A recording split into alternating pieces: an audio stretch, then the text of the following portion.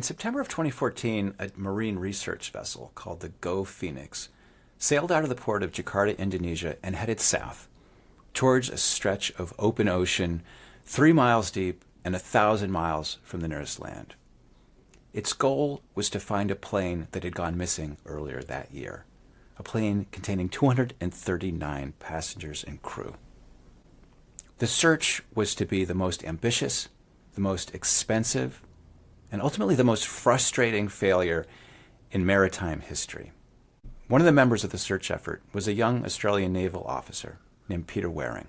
Hi everyone, I'm Peter Waring, and in 2014 I was a lieutenant in the Australian Navy, and it was about September of that year I was seconded from my Navy job to the Australian Transport Safety Bureau to act as the Deputy Operations Manager for the search for MH370. Today, Peter's out of the Navy. He lives in London. He visited me during a recent trip to New York and told me about his experience. We originally recorded the interview for an audio version of this podcast, but I wanted to play it for you because it's very important to understand what happened in the course of the search. Nothing like it had ever been undertaken before. Nothing like it has ever been undertaken and may not ever be undertaken again. So we started with 60,000 square kilometers, roughly the size of Tasmania. I think probably in the ballpark of the size of Long Island, maybe slightly bigger. It was an incredibly dynamic seafloor, ranging from about 2,000 to about 4,500 meters. So deep, 4,500 meters is very deep. But was it? This is just about the most remote part of the Earth's surface in terms of ocean. And it is famously rough. It is famously isolated. If you get hurt, it's 6 days from the nearest port, which at that point was Perth or Fremantle, which is a suburb of Perth. It is just not the place you want to be if something bad happens. I think the best weather we were getting was Sea State 5, roughly, which is rough weather. That's rough weather. You're seeing whitecaps everywhere. We're talking somewhere between 30, 40 knots of wind. But it was not uncommon to get up to, I think, maybe nudging Sea State 8, Sea State 9. That is really severe weather. That is perfect storm kind of weather. It is nasty. And there were a couple of instances that I can recall where the ships were really worried. The reason they were so confident that they would find the plane in this particular area of the ocean is that a British satellite company called Inmarsat had recorded signals that were sent from the plane during its final 6 hours. And they were able to develop a new kind of mathematics that would allow them to determine the plane's location with remarkable accuracy. They were so confident, they were absolutely certain that they were going to find the plane on the seabed. Everyone was very sure. There was a lot of belief that we were looking in the right place. The crews that were going out there had a very high morale. They were ready. Like every day, this is the day we find it. In October of 2014, the Go Phoenix was joined by another search vessel, and in January by 2 others. In the months that followed, they scoured the designated search area in photographic detail, but nothing was found. Instead of throwing in the towel, the authorities decided to double down and make a search area that was twice as big. But it was really clear to me by about April, May of 2015, about the same time that the search area was doubled in size, that if that assumption was right, if all of our assumptions were right, we probably should have found the aircraft by then. I asked to be moved, which the Navy by that stage was happy to do. You asked to be moved because you were frustrated? I asked to be moved because I was frustrated and I knew that they were looking in the wrong place. And I said that, I was a little less filtered than I think now, but I said to them when I left, you're not going to find it. And this is one of the times in my life that I was kind of unhappy to be right. But I couldn't read a news story about MH370 for about 3 years after that. I would feel it like an emotional, like someone had grabbed my innards and given them a squeeze. Anytime someone asked me about it, anytime I saw it on the news, anytime I saw a headline, it felt like something was clenching my stomach and I didn't want to know about it. Yeah, it was heartbreaking, to be perfectly honest. How could the authorities have been so wrong? Which of their initial assumptions was incorrect? And what, in turn, does that tell us about the possible fate of the 239 passengers and crew aboard that plane?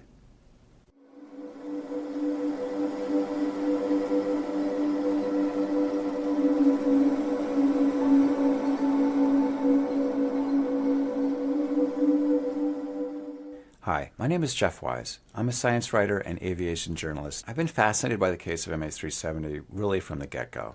I had gotten my pilot's license back in 2002. I learned to fly Cessnas, Cubs. I became a glider pilot as well. And as I got interested in flying, I was fascinated to read accident reports. I wanted to know how other pilots had killed themselves so that I wouldn't kill myself. And being a writer, I naturally wanted to try to talk about these things. I wanted to write articles about accidents. And one of the articles that really gained a lot of traction was when I looked at the disappearance of Air France 447, which vanished during a flight from Rio de Janeiro to Paris in 2009. At the time, it was the most baffling aviation mystery in living memory.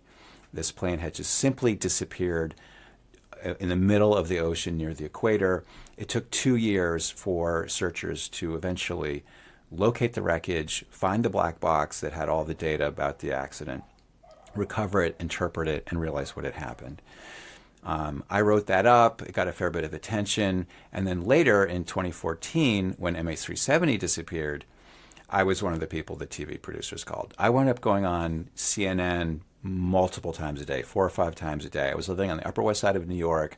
They'd send a car for me. I'd go down. I'd do a hit.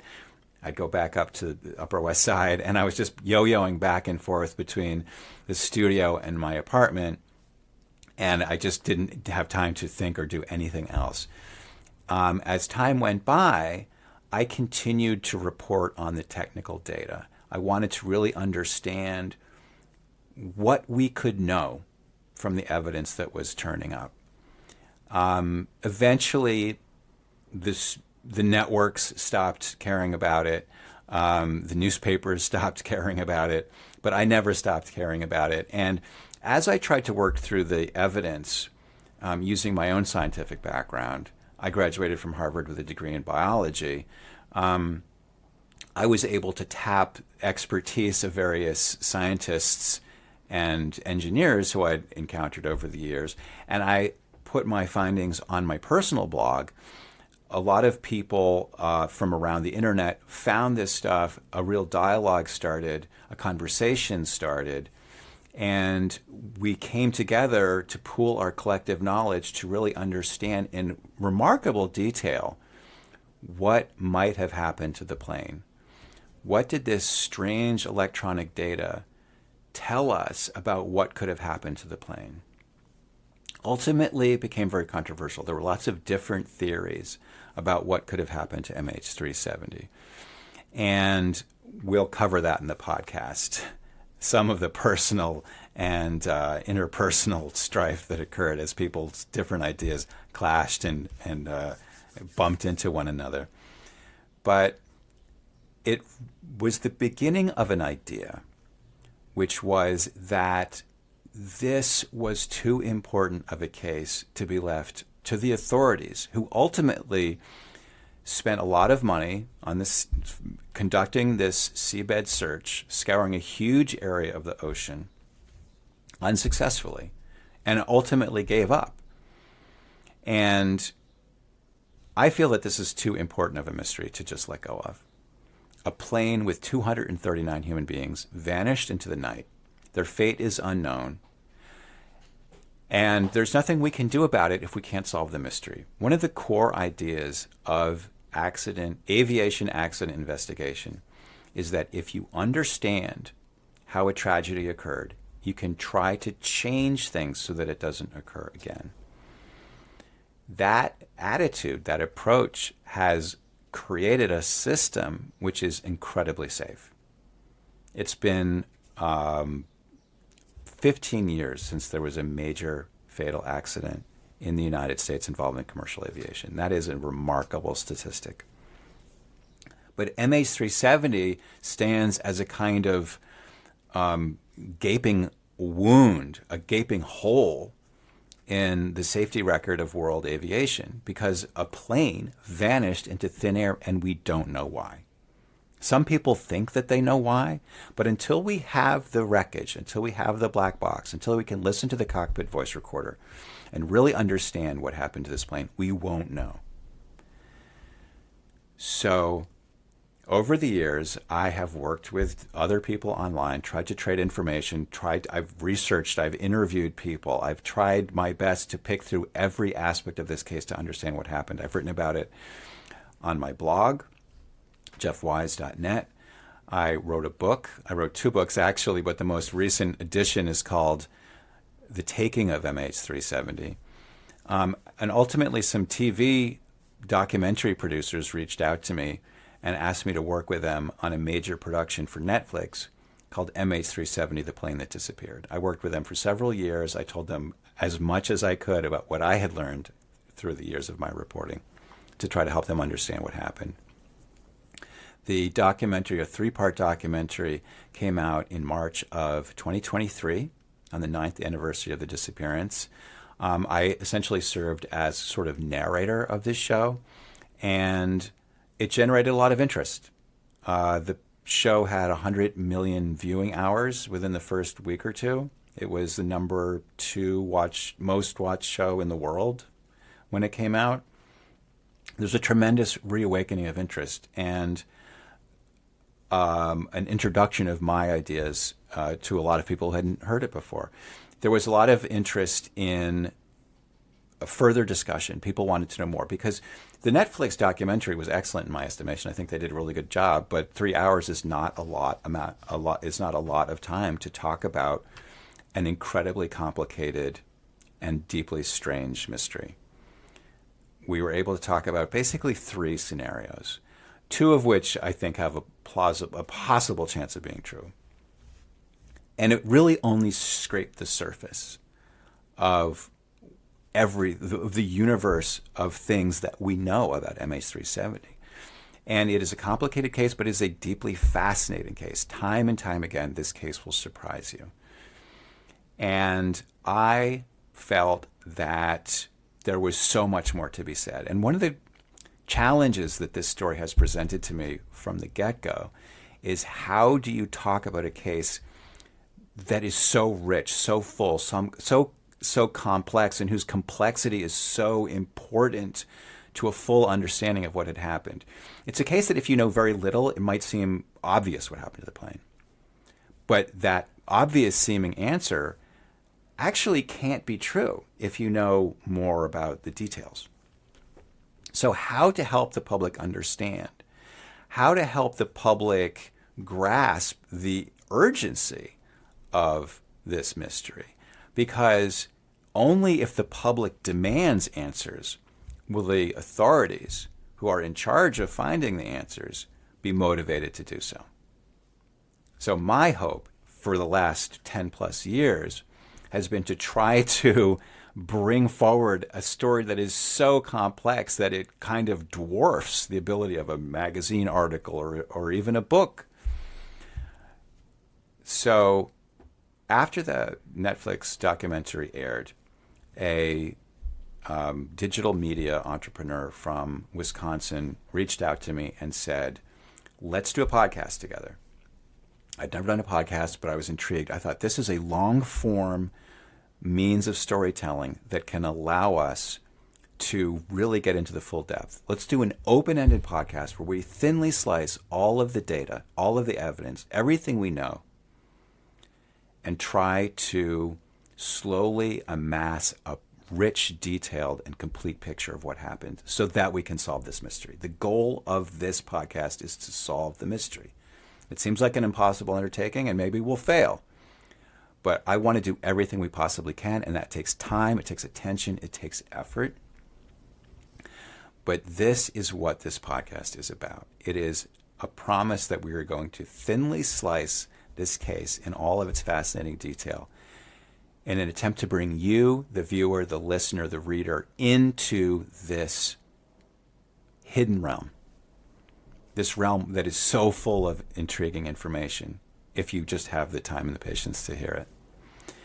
And the first season that we put together was 31 episodes. What I'm recording right now is a video, basically remastering, redoing of that first episode, which was called How to Find a Missing Plane or How to Solve an Unsolvable Mystery or something like that. And this is my introduction to what we're trying to do here. We're trying to do something that nobody else has done, which is to really describe this case, this important, I would say, extremely urgent case in all of its necessary detail. And the next episode, we're going to get into the beginning. This plane took off from Beijing, took off from Kuala Lumpur heading to Beijing. What happened next? And in the episodes that follow, we're going to proceed chronologically in terms of what happened aboard the flight, chronologically in terms of how the mystery unfolded in the hours and days and months and years that followed.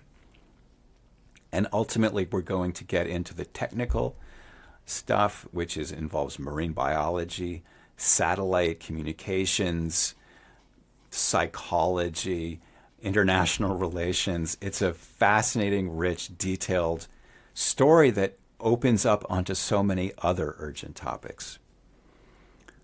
I know that a lot of people are fascinated by this case. They should be fascinated by this case. It's rich and it's detailed, and it's a communal effort. As we did those first 31 episodes, which I'm going to re-engineer and bring up to date, the community of viewers, listeners, and readers has been essential. Spurring us on, pointing out errors, providing information, because this is a case of such complexity that no one person, before it happened, understood all of the different aspects, understood the aspects of the wiring of the 777's communication system, or the life cycle of a Lepus antitifera barnacle, all these different universe of knowledge that's required to understand this. But people who are in the community of readers and listeners and viewers are pitching in, are adding, or sending me emails or writing comments. Hey, I know this thing that you don't know. Read this paper. Talk to this person. Look at this wiring diagram. Collectively, we can solve this mystery. We have to solve this mystery. Our own collective safety depends on it. I want to thank you for joining me today. This is a passion project for me. I know that it's a passion for so many people. But don't stop looking. Don't stop asking hard questions. We are going to find this plane. We will do it together. Thank you very much. This has been Episode 1, Season 1 of Deep Dive MH370.